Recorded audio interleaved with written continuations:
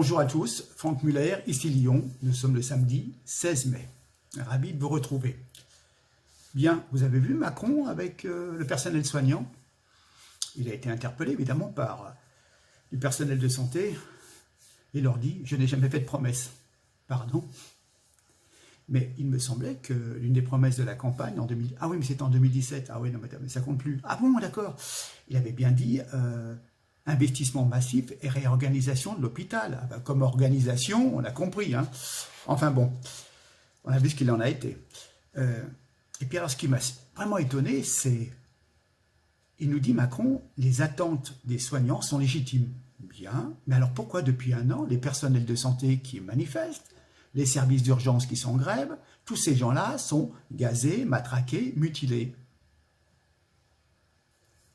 Alors, s'ils sont dans leur juste droit, pourquoi? Pourquoi cette répression? Comme si c'était des délinquants. Et en fin de compte, on a besoin de moyens pour travailler, on a besoin de lits d'hôpitaux, on a besoin de médicaments, hein, qui ne viennent pas au bout de 3 mois de Chine pour soigner les personnes. Eh bien non, je vais vous donner des médailles, des médailles au chocolat. Non mais attendez, voilà, attendez. Ouais.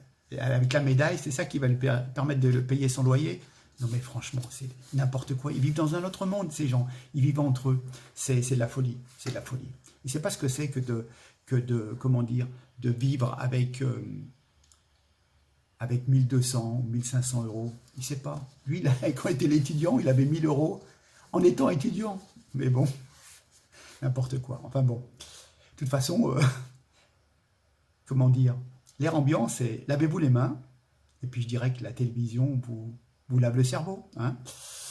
Et puis la chloroquine, plus personne n'en parle.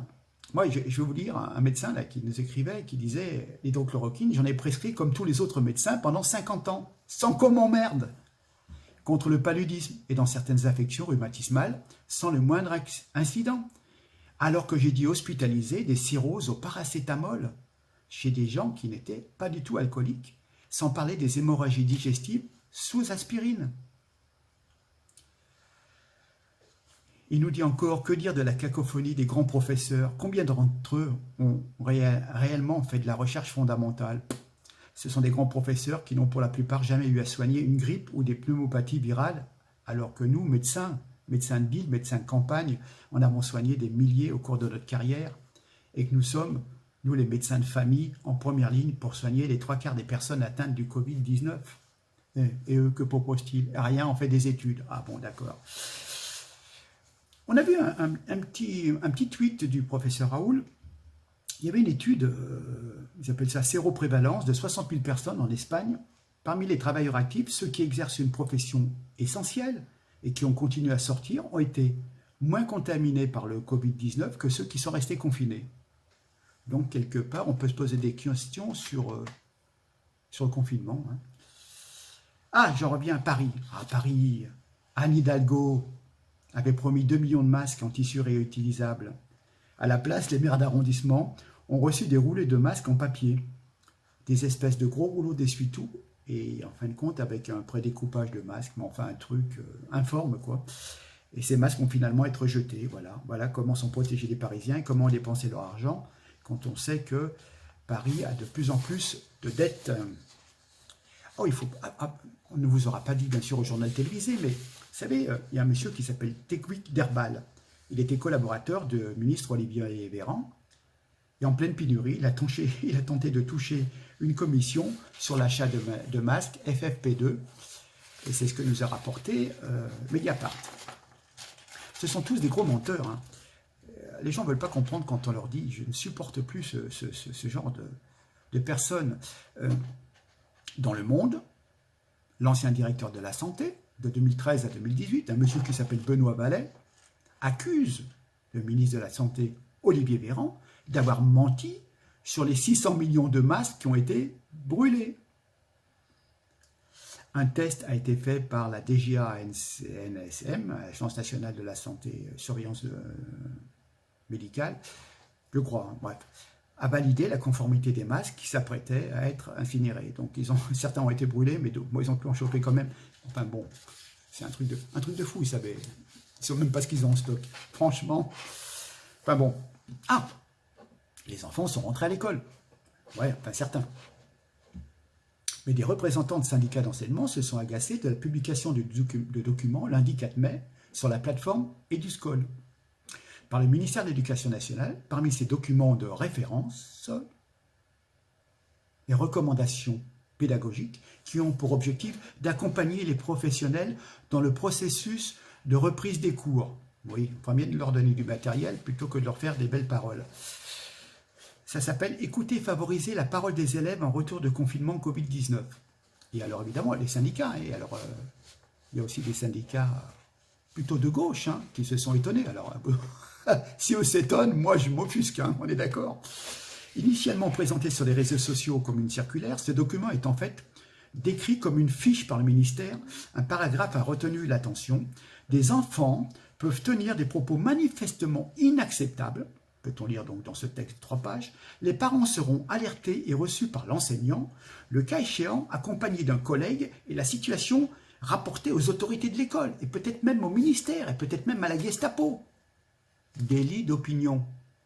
Ce sont des branquignoles, les soignants n'avaient rien, on a été obligé de mendier des masques chez des garagistes, chez des carrossiers, chez des cantinières pour récupérer des charlottes, des blouses, des masques, pour faire des opérations, s'habiller en sac poubelle, et vous n'avez pas le droit de dire, vous n'avez pas le droit de dire que c'est des branquignoles quand on voit tout le personnel soignant en train d'enfiler des sacs poubelles.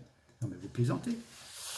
Bon, Laetitia Avia, rappelez-vous, on en a parlé, c'était le sujet de ma dernière vidéo, celle qui a mordu l'épaule d'un chauffeur de taxi jusqu'au sang, et au lieu d'être poursuivi en justice pour coups et blessures, Macron lui a confié la mission de censurer tout l'Internet français, avec pour objectif de faire taire toutes les voix d'opposition, et plutôt des voix d'opposition qu'on va qualifier d'un petit peu de droite, souveraine, patriote, voilà. Enfin, eux, ils vont les qualifier d'extrême droite. Moi, je les qualifie plutôt d'extrême lucidité, d'extrême droiture, si vous voyez ce que je veux dire. Parce que moi, je ne raconte pas des messages, des mensonges à longueur d'année en disant que les masques ont été commandés et qu'ils vont arriver. Et après, ça se permet de donner des leçons de vertu. De toute façon, la loi Avia, c'est bien la Macronie, l'alliance du fric et de l'interdiction de penser. Au prétexte de lutter contre la haine, le gouvernement s'aborde notre justice, parce que ce n'est plus notre justice qui jugera, ce seront simplement les GAFA, les Google, Amazon, Facebook, etc., qui vont censurer les contenus. Voyons. Donc, je le répète, et je le dis haut et très fort, ce qu'ils appellent souvent les théories du complot, se nommaient auparavant un esprit critique et était considéré comme salutaire pour la démocratie. Un échange d'idées, on critique, on arrive à des conclusions, on échange. Donc, la théorie du complot, c'est le fait pour moi de s'interroger sur la véracité des discours politiques et se demander à qui profite le crime. Aux copains, les labos pharmaceutiques qui ont financé la campagne de Manu, le petit chose, Manu, Emmanuel Macron. Bon, alors, qu'est-ce qu'elle dit là, Laetitia Avia, après les révélations en bloc sur les conditions de travail de 5 de ses anciens assistants parlementaires, documents à l'appui. Il dénonçait des humiliations à répétition au travail ainsi que des propos à connotation sexiste, homophobe et raciste. Ce sont des accusations mensongères, incohérentes, des messages privés. Non, sans blague. 5 ex-salariés, c'est pas une, c'est 5, qui ont tous accepté de venir témoigner en cas de procès en diffamation. Ces gens-là sont prêts à témoigner si jamais Laetitia Avia fait un procès à Mediapart en diffamation. Il y avait une personne, c'était son bouc émissaire. Elle l'appelait parfois le chinois, ou reprenait des clichés racistes pour parler de lui, car c'était un ancien salarié de la députée, donc Laetitia Avia, qui était d'origine asiatique.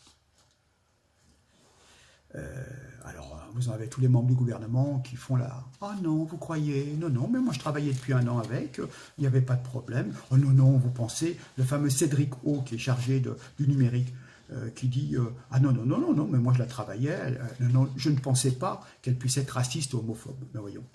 Et puis la Cibette, évidemment, a dit « Je tiens néanmoins très chaleureusement à saluer le travail qui est le sien en matière de lutte contre les discriminations. » Bah oui, elle s'y connaît, parce qu'elle pratique la discrimination et la haine contre ses employés. Enfin bon, il y a eu plusieurs conversations d'enregistrées de notes vocales, etc. Et donc, elle parle bien de certains de ses employés, et puis elle les taxe. Hein. Enfin bon. Alors oui, alors à un moment, elle dit, oui, j'ai repris l'expression de mon ex-collaborateur, un ex-collaborateur qui était lui-même homosexuel, pour désigner un amendement qu'elle avait soutenu, elle avait appelé, c'est l'amendement des PD. Et questionné par Mediapart, le collaborateur en question dément formellement cette affirmation. Donc elle s'excuse en interprétant les faits d'un de ses collaborateurs, et le collaborateur dit non, non, non, non, elle vous raconte des bobards. Ah, vous l'a dit ça? Non? Voilà. Ah, merci Mediapart.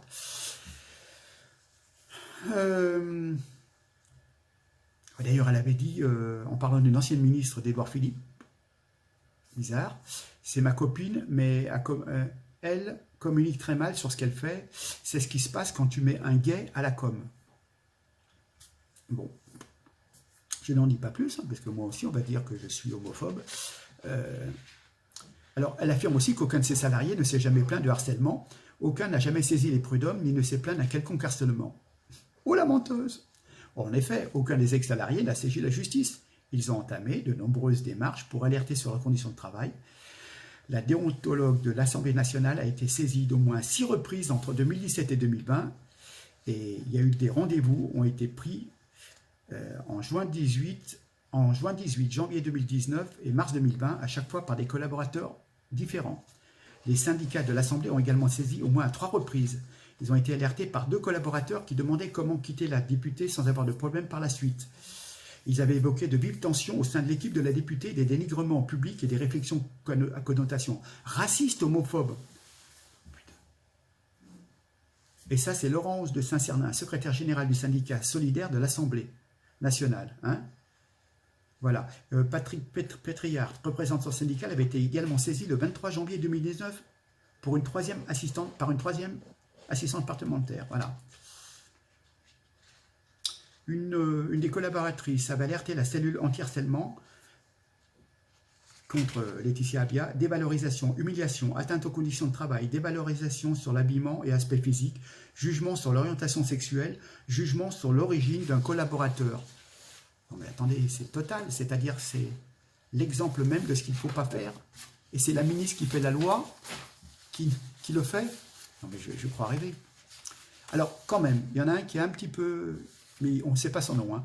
Il dit « Je mentirais si je disais que je tombe des nues. Les collaborateurs ont alerté tout le monde. Personne n'a rien fait. L'Omerta a encore de bons jours devant elle. » C'est un ancien collaborateur du groupe En Marche à BFM TV. Voilà.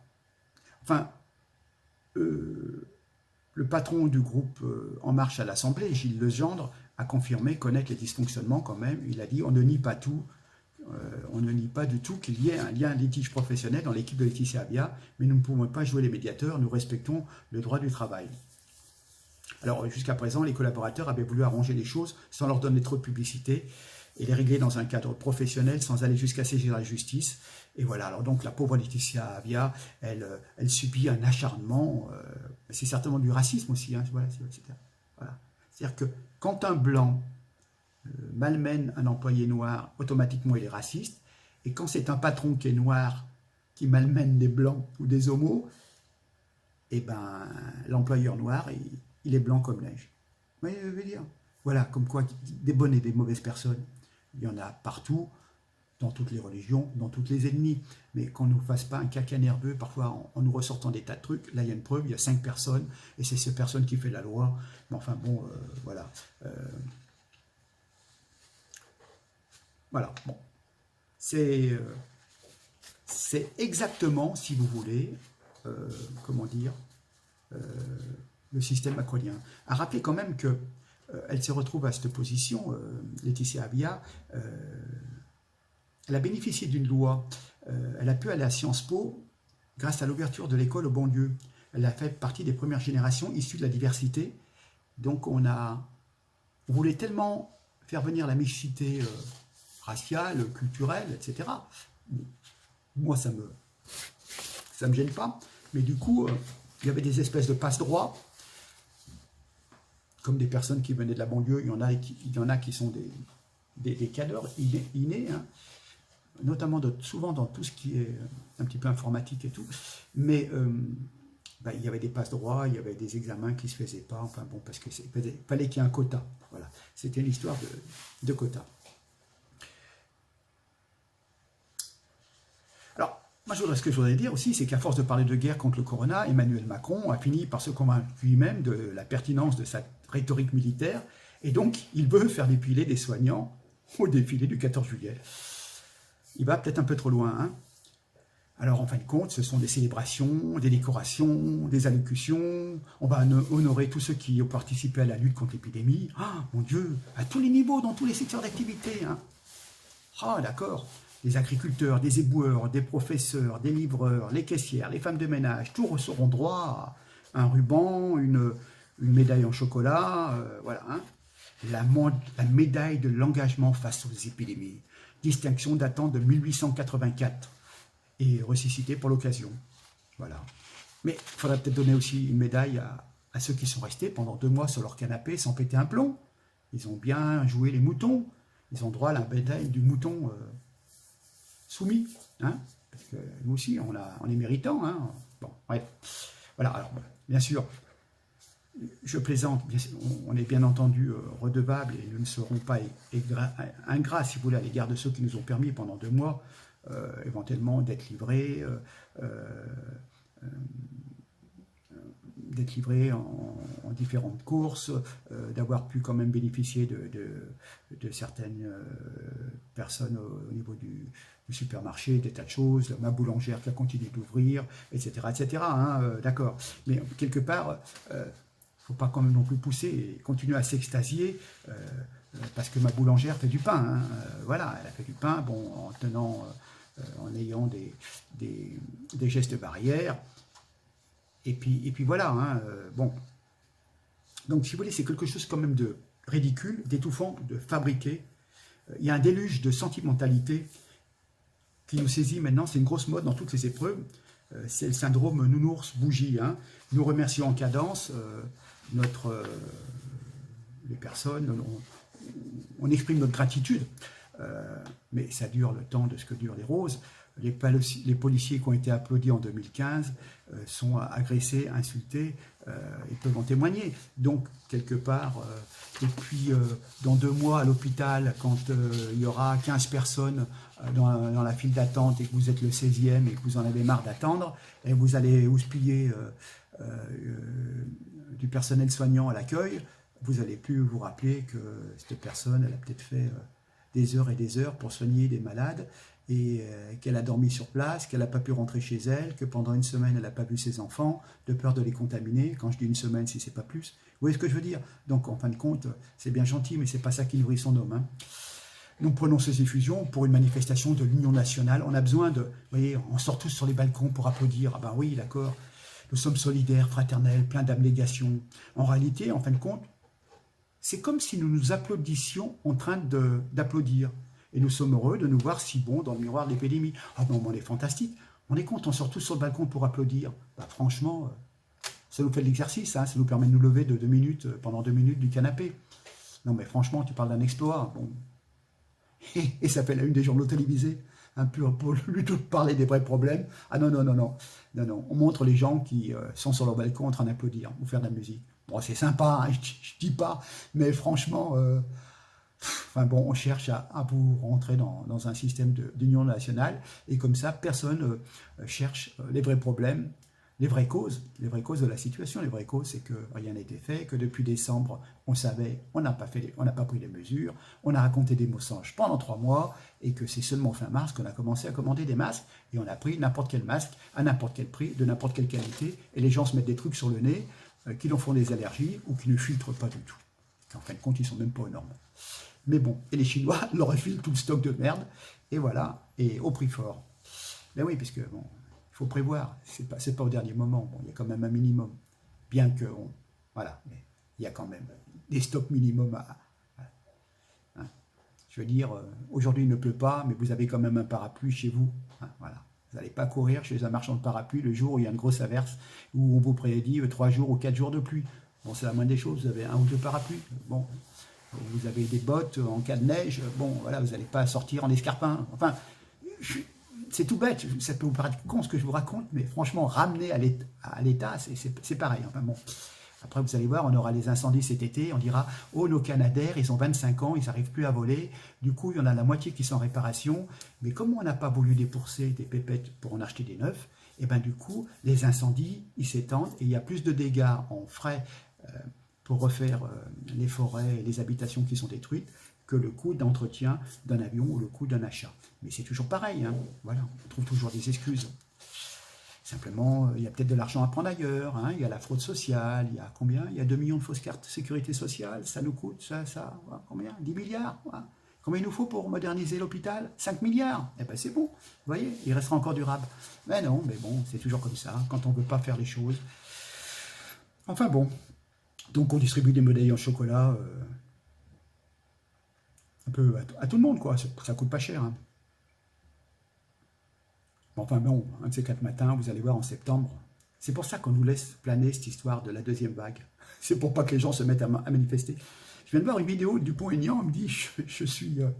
Nicolas Dupont-Aignan était vers les Champs-Élysées, vers l'Élysée, vers l'Assemblée nationale, et il avait des papiers à chercher, et puis il dit, mais pourquoi il y a des tas de camions de CRS? On dirait qu'ils ont peur que des gilets jaunes arrivent sur les champs et prennent l'Élysée d'assaut. Donc on est encore en espèce de pseudo-confinement, quoi. Et ben, voilà, il y a des flics démobilisés de tous les côtés pour défendre l'Élysée. Donc ils ont vraiment la chocotte. Alors, je sais pas, mais en septembre, ils vont essayer de trouver quelque chose, hein, pour prolonger un peu cette peur, pour pas que les gens se lancent dans la manifestation, hein. Voilà. Donc, on verra peut-être des blouses blanches défiler pour le 14 juillet. Voilà. Enfin bon, le 14 juillet, c'est pas seulement l'unité nationale, c'est aussi la nation en armes. C'est la fête, en fin de compte, quand même plutôt d'une certaine institution militaire. Ce n'est pas la célébration de l'abnégation et du désir de soigner, hein. D'ailleurs, on veut changer les paroles de la Marseillaise, on veut raconter aux enfants que le 8 mai, on célèbre. Le 8 mai, c'est l'amitié entre les peuples, hein. Ah ouais, non, c'est pas la victoire sur l'Allemagne nazie, hein, parce que quelque part, ça fait de la peine à nos amis allemands, alors bon. Voilà, donc on est en train de réécrire l'histoire, parce que, enfin, de toute façon, on ne leur apprend plus l'histoire. Enfin, on leur apprend des tas de choses, on leur apprend même plus Napoléon d'ailleurs. Mais il y a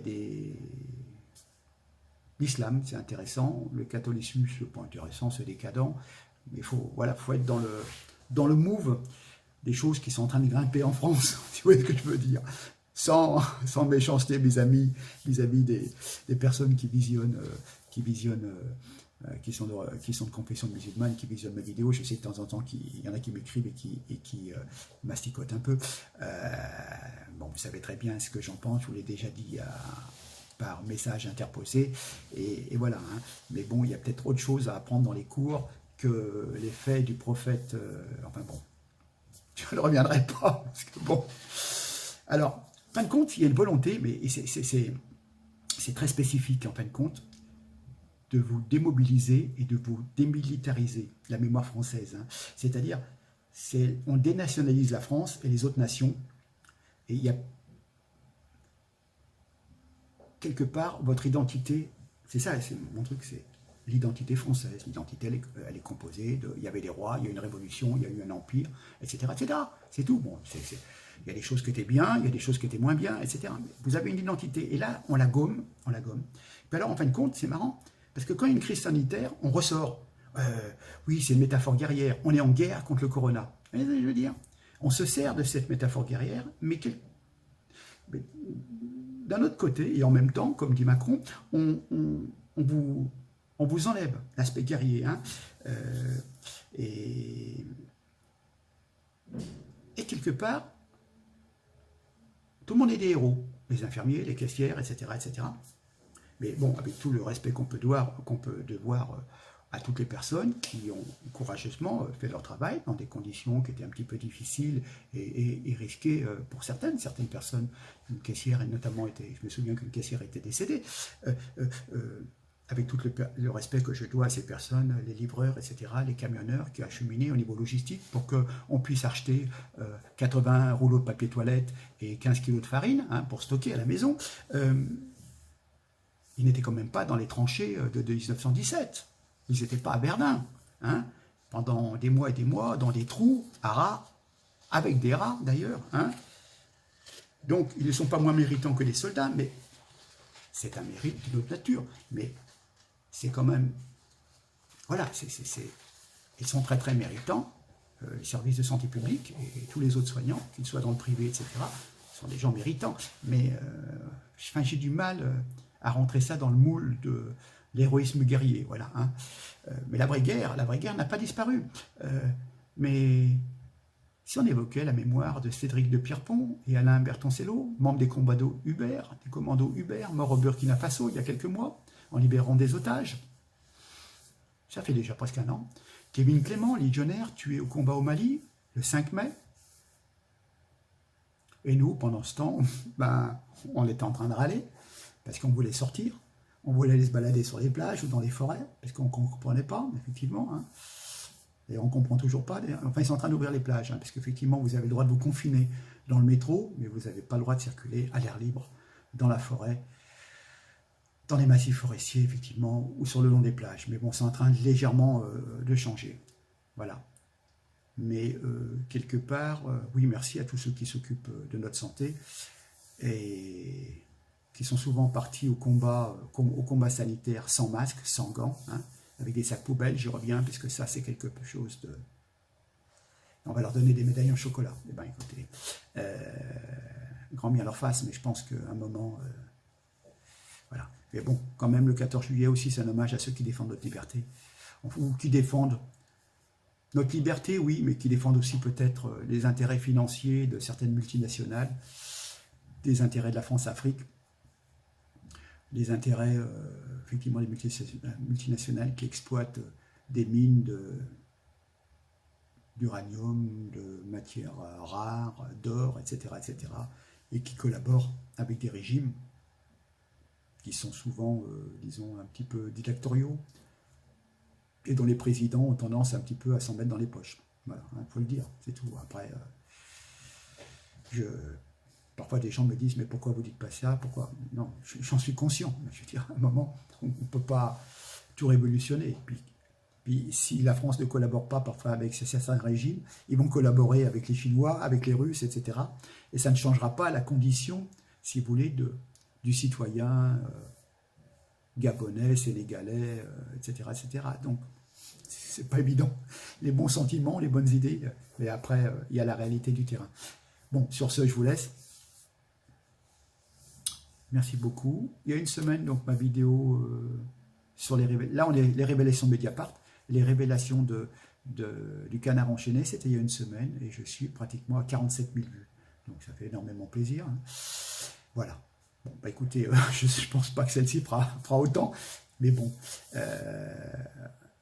j'aime bien l'échange, tous les gens qui m'écrivent, qui prennent de mes nouvelles, des gens qui m'écrivent par mail. Ah oui, je voudrais saluer une personne qui m'a fait les petits génériques, qui s'appelle André, qui est en Belgique, et qui pour son plaisir, en tant qu'amateur, fait des montages vidéo, il fait des films quand il va à des concerts, etc. Et il adore ça, et donc...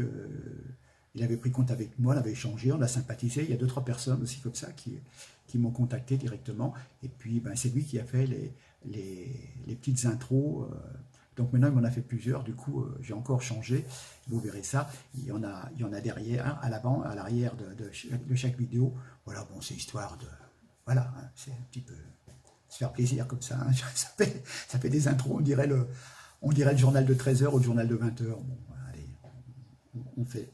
J'essaie de faire les choses sérieusement, mais quelque part en se faisant plaisir, et puis en étant agréable, et puis voilà, et puis après, un bon sens un peu gaulois, si vous voulez, je revendique, voilà. D'accord? Écoutez, je pense que fin de journée de samedi, ça s'éclaircit, devrait faire beau.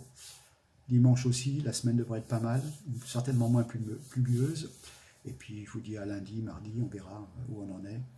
Et puis, j'ai toujours des tas de sujets à vous expliquer sur les théories de la manipulation, etc. La façon, c'est dingue, la façon dont on vous fait prendre des vessies pour des lanternes. Mais bon, la richesse de l'actualité fait que, voilà, à moins de faire une vidéo par jour. Mais bon, est-ce que vous aurez le temps de tout regarder? j'en suis pas sûr. Bon, merci, déjà 30 minutes, vous voyez. Putain, je suis fou. Allez, à très bientôt. Encore merci, merci beaucoup. Et puis n'oubliez pas de partager, parce que vous savez que Facebook n'aime pas beaucoup. Bientôt, il va falloir aller se réfugier en Russie hein, pour pouvoir parler librement. C'est quand même la France, pays des droits de l'homme, mais certainement pas des droits de l'expression orale, surtout quand on s'exprime contre le gouvernement. Allez, encore merci. J'espère qu'un jour les choses vont changer. Merci beaucoup. À bientôt. Au revoir.